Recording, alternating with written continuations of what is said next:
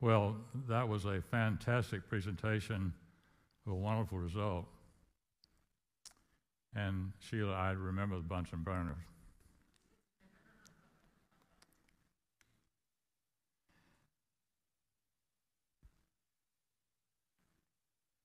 Now, neither I nor my family have conflicts and no HIPAA problems.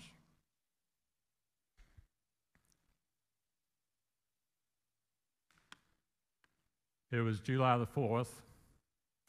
I was at the Interlochen Country Club in the gym walking on the treadmill, looking through the windows at the plans for the celebration of the 4th of July. A big part of this celebration was activities in the swimming pool, which have multiple decorations and which will be filled with celebrants. Looking beyond the pool and across the fence was a large balloon water slide, which looked something like this. This is what children use in the pool. Now, I had been recently sensitized by the Jordan Smelski Foundation. Understand and remember that warm water that is contaminated, water that is not clean, may have infestation with amoeba.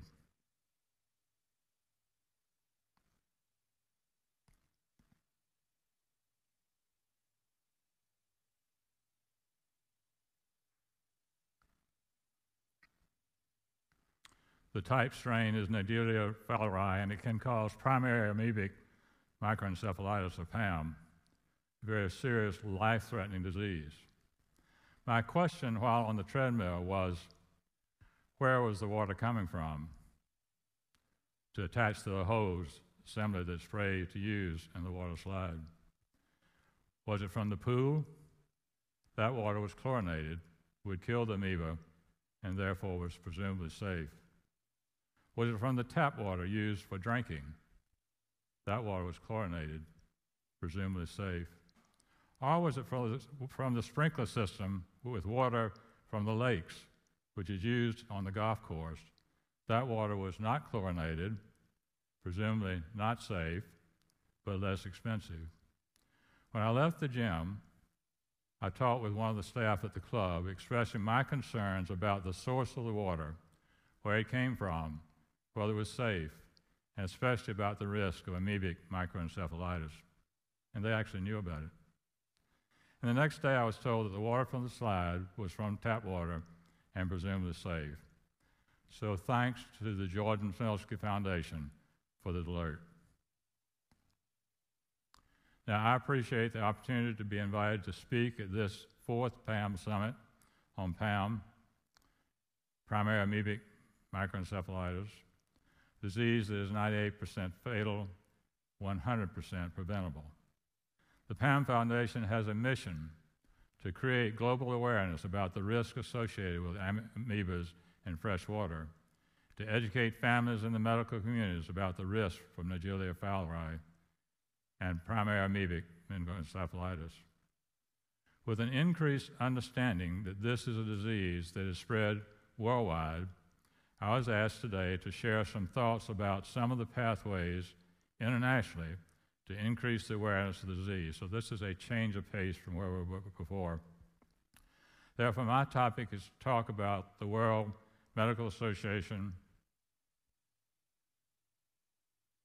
the World Health Organization, and talk about how they work through the power of what I will call leveraging.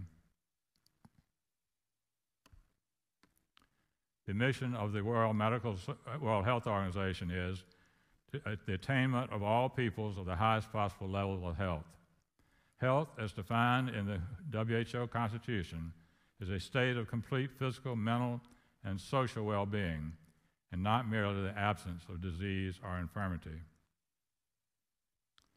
The WHO is a specialized government agency of the United Nations. It was established in 1948 as a part of the United Nations work. It has 194 member states, some as observers. Because this is a governmental body, its procedures come from the governmental organizations that are part of it. They vote and agree.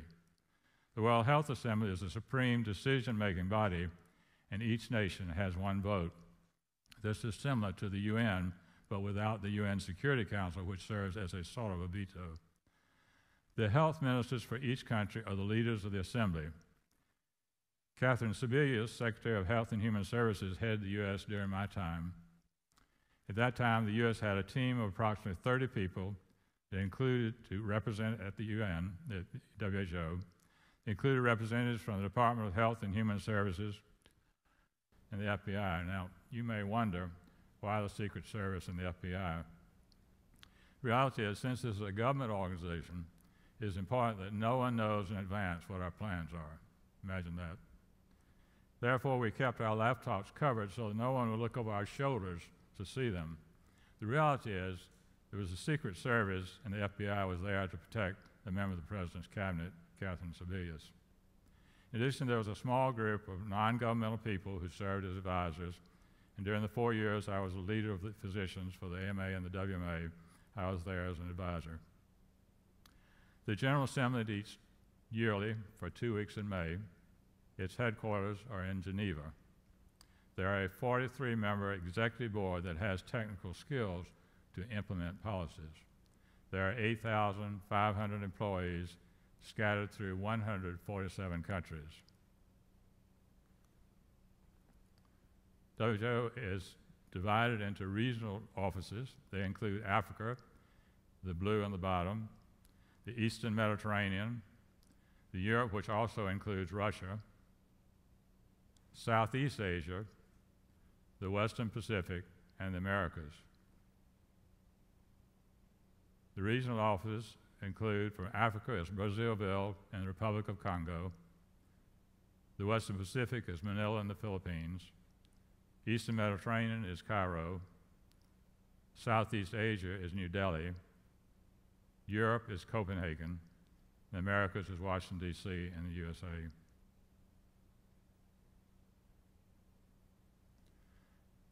This is what the WHO focuses on in general. Communicable diseases, especially important in Africa and Asia, but also throughout the world, with diseases such as influenza, virus, malaria, HIV, and others. In addition, there are non-communicable diseases. These account for 80% of the diseases and the costs that are not only for the economically developed countries, but also for the non-developed countries. These non-developed countries have not only the problem with communicable diseases and trauma, but also the non-communicable diseases. In addition, there are environmental health, lifestyle courses and lifestyles, surgery and trauma care, emergency work, health policy and the issue of comprehensive health care, reporting, publications, and networking. There's a focus each year set by the General Assembly.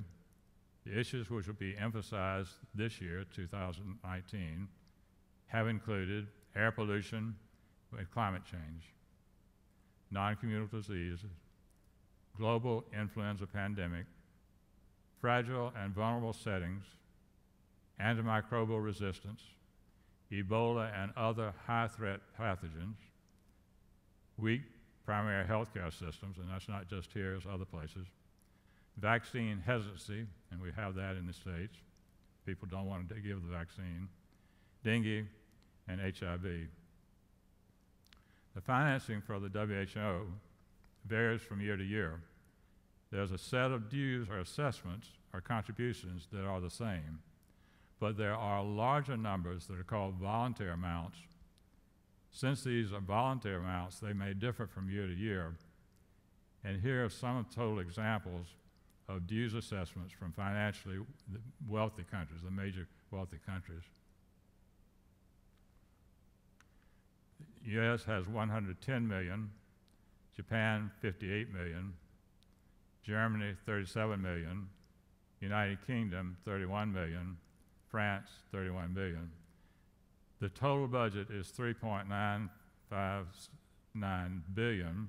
Of that, $894 million is assessed contribution. That represents 24% of the total contributions. The other $3.015 billion are voluntary contributions. The U.S. is generous in this regard. We present $945 million. That represents 70% voluntary. This shows amounts from the U.S. It shows the U.S., Bill Gates, United Kingdom, Northern Ireland, the GATT Alliance, and Japan. The blue colors are from dues assessments, the 24%. The pale green and black are from voluntary amounts. So the USA provided a total of $945 million, of which 110 was assessed dues. The remainder was voluntary. It is a note that Bill Gates Foundation gave $327 million, second only to the U.S. in total amounts. Now, the word at the UN headquarters in Geneva is there are a lot of complaints about how Bill Gates wants to do things, not the goals, but how he wants to go about doing it. And the reality is, having seen Mr. Gates during one of his visits to the Assembly at Geneva, I can assure you there were no expressed complaints. There was only plaudits for him. He is said by some to be the world's most powerful doctors. Now, I'll return to the WHO later. The World Medical Association is an international organization representing physicians. It is voluntary. It is non-governmental. We call it NGO, non-governmental. It was founded in 1947 at a General Assembly in Paris. This was in the aftermath of World War II and the Nuremberg trials that included, among others, physicians who were executed and imprisoned because of their involvement treating prisoners. The members of the WMA are national medical associations, one from each country, with a requirement that they are independent from the government. They make their own decisions. There are 105 WMA members. The AMA is a representative from the USA. There are more than 10 million physicians who are members of those groups. There's a General Assembly that meets annually and is a policy-making body of the WMA. There's a council meets twice annually to implement policy, and there's an executive secretary. The headquarters are in the suburbs of Geneva. Actually, it's in France. It's Ferney-Voltaire, France, which is right next to Geneva. And that's actually the original home of Voltaire, living in the 18th century period of enlightenment. The mission of the WMA is to serve humanity by endeavoring to achieve the highest international standards in medical education, medical science, medical art, and medical ethics, and health care for all people in the world. Our guidance is a voice for ethical guidance in a wide range of subjects. The ethical guidance harks back to the World War II episode. A wide range of subjects including physician practice, the rights of patients, research on human subjects, care for the sick and wounded in times of armed conflict, torture of prisoners, and the use and abuse of drugs. Some of the areas of service that the WMA is involved in: medical education for physicians and patients, patient safety, public health policy and projects such as tobacco control, that's still a problem elsewhere, and immunization, leadership and career development for physicians, advocacy for physicians and patients' rights, occupational health and safety. The reality is, much of what the WMA does, the difficult, the hard stuff, can be captured in the following areas: the moral imperative of ethics in medicine, thinking about the aftermath of World War II, the promise of science, the revelations of the ability to treat and cure disease that spring trickling from our labs, the challenge of communicable and non-communicable disease, as well as the social determinants of health, the threat of climate change, the hope for health system reform. Now, what I'd like to do is to move from WMA to thoughts and ideas related to what I call leverage, and I'll get back to the WHO and the WMA shortly. Leverage is a mechanical advantage of power gained by using a lever. It's the power or ability to act effectively to influence people. The use of a small initial investment to gain a relatively high rate of return, to exert power of influence. Now, Webster did that well. I think I had hard to improve on that. The power of leverage I'm talking about is the ability to extend one's influence in the best sense to successfully promote causes important to physicians and patients. All organizations try to do this in general, but what I'm describing is a conscious strategy to place one's members in positions in other organizations where they can be a part of the decision-making process and hence leverage the influence of their parent organization. Some ways this meets with such things also called memberships, agreements, affiliation, advocacy. They all seem about the same. But in other ways, it may be something less than that and perhaps more easily obtainable. Having leverage from another group means they will help you meet your goals expeditiously.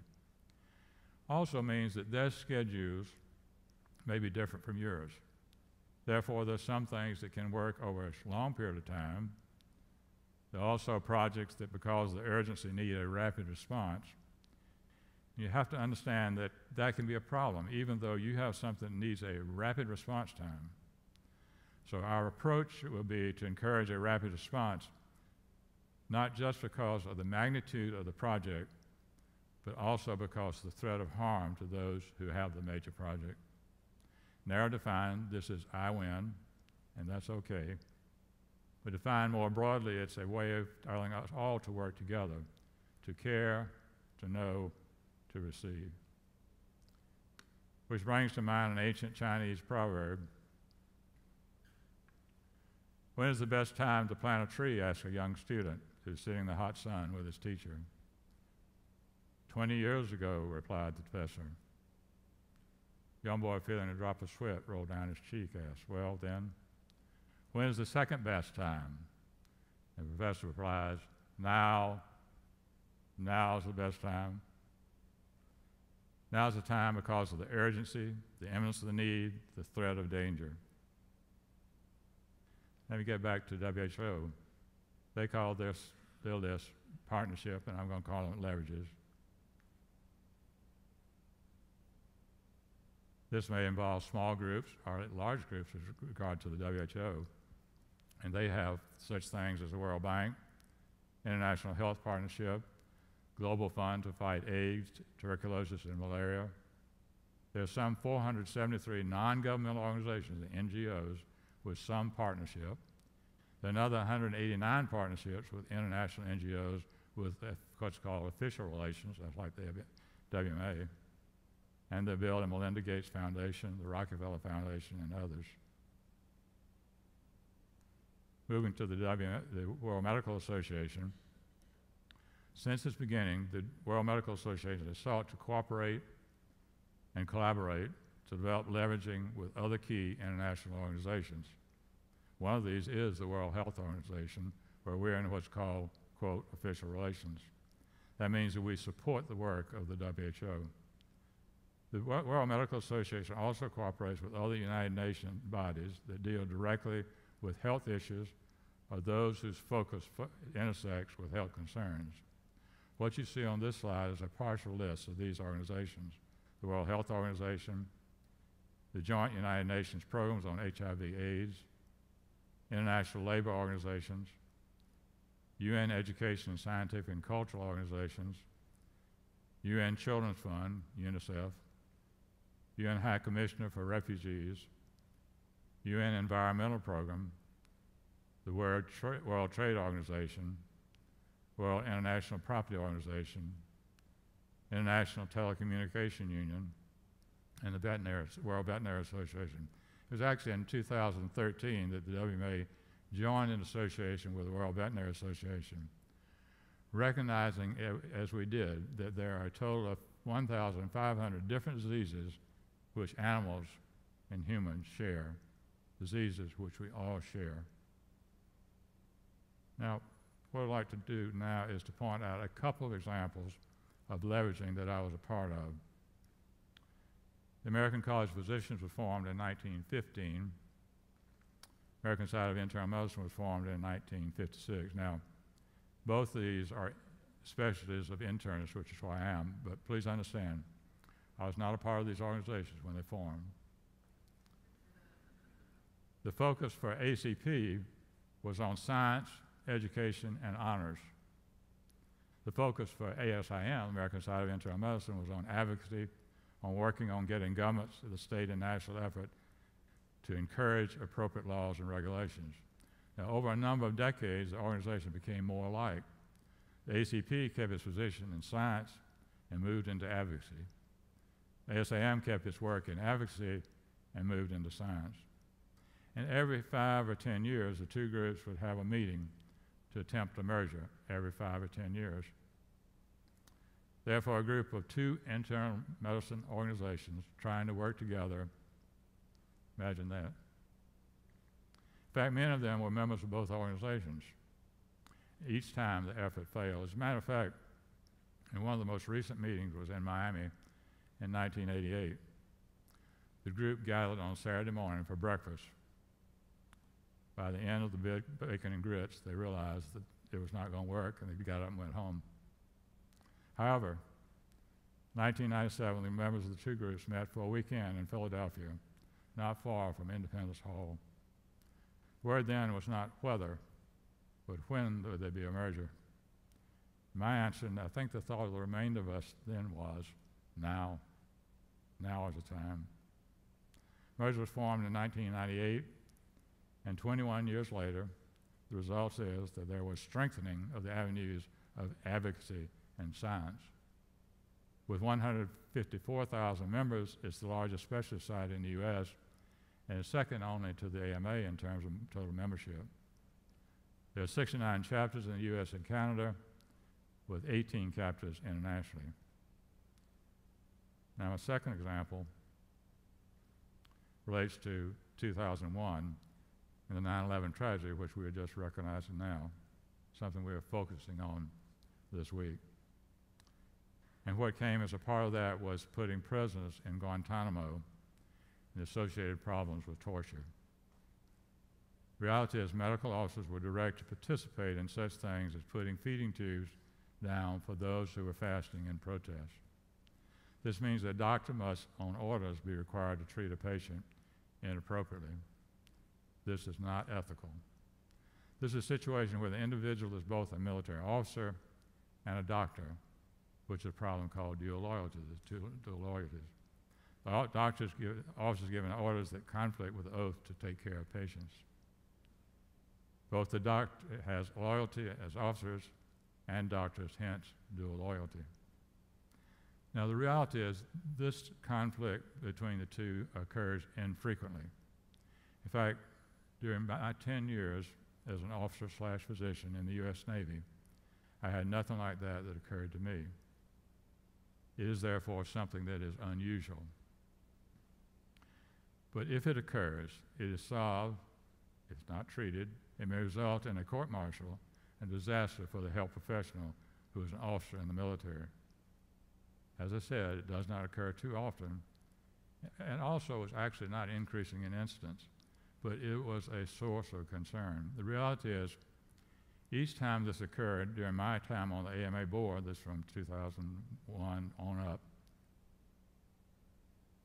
and others, communicated with the Secretary of Defense and the U.S. President, explaining that this was not a good thing to do. It was unethical. And in 2013, 12 years later, the Department of Defense finally asked the Defense Health Board to evaluate the problem, looking for recommendations. Defense Health Board is a volunteer body that's appointed to provide the Secretary of Defense advice on health-related matters, such as health and ethics. Defense Health Board includes members from the military, both active and retired, as well as those outside the military, such as members of the AMA. During the work on this project, I participated in and provided input from the World Medical Association on the issue of medical ethics. In brief, the World Medical Association states that medical ethics in times of armed conflicts is identical to medical ethics in times of peace. And 2 years later, in 2015, the Defense Health Board provided 16 recommendations. The Department of Defense totally accepted all 16. It can be called leveraging at a slow rate, 2001 to 2015, but let me say it was a good result. It was an unusually good result, more than I expected. Now let me talk about leveraging on behalf of the Jordan Smelski Foundation, beginning in 2014. Leveraging, I believe that I and many of these in this room will recognize has been exceptional and an unusually good result. Florida Hospital for Children, Adventist Health. Public Health Services of Seminole County. Public Health Services of Orange County. The Centers for Disease Control and Prevention, the CDC. Advent Health Lab Technician, you heard that this morning for Sheila. Profoundly and Corp, Miltefani medication. And the universities, the University of Commonwealth of Virginia, Johns Hopkins, University of Central Florida, Duke, University of Georgia, University of South Florida, University of Washington, and Yale. The Nemore Children's Hospital, the American College of Emergency Physicians, Florida College of Emergency Physicians, the amoebaseason.com, and the networks of CNN and ABC. And there's more. The Royal Bank of Canada, Chambers Family Foundation, DCU for Kids, American Medical Association, the World Medical Association, and Congressman Sheila Murphy. Now, in conclusion, I'd like to share the following story. Nelson Mandela spent most of his 27 years in prison on Robben Island off Cape Town in South Africa. During this time, he formed a university and taught prisoners. He also wrote an autobiography. While in prison, became well known throughout the country. On his release in 1990, he published his autobiography. In 1994, was elected president of South Africa. The final words from his book, he wrote the following. Words from the book that I think speak appropriately for the work the Smelski Foundation, the board, those who are involved in the leveraging that Steve and Shelley Smelski have done and continue to work on in memory of Jordan Smelski. It's an effort to save children, and a foundation with a mission to create global awareness with the risk associated with amoebas in freshwater, to educate families and medical communities about the Naegleria fowleri, primary amoebic meningoencephalitis. Quoting Nelson Mandela, "I walked that long road to freedom. I've tried not to falter. I made missteps along the way, but I have discovered the secret that after climbing a great hill, one finds there are many more hills to climb. I've taken here a moment here to rest, to steal a glimpse of the glorious vistas that surround me, to look back on the distance I have come. But I can only rest a moment, for with freedom there come responsibilities.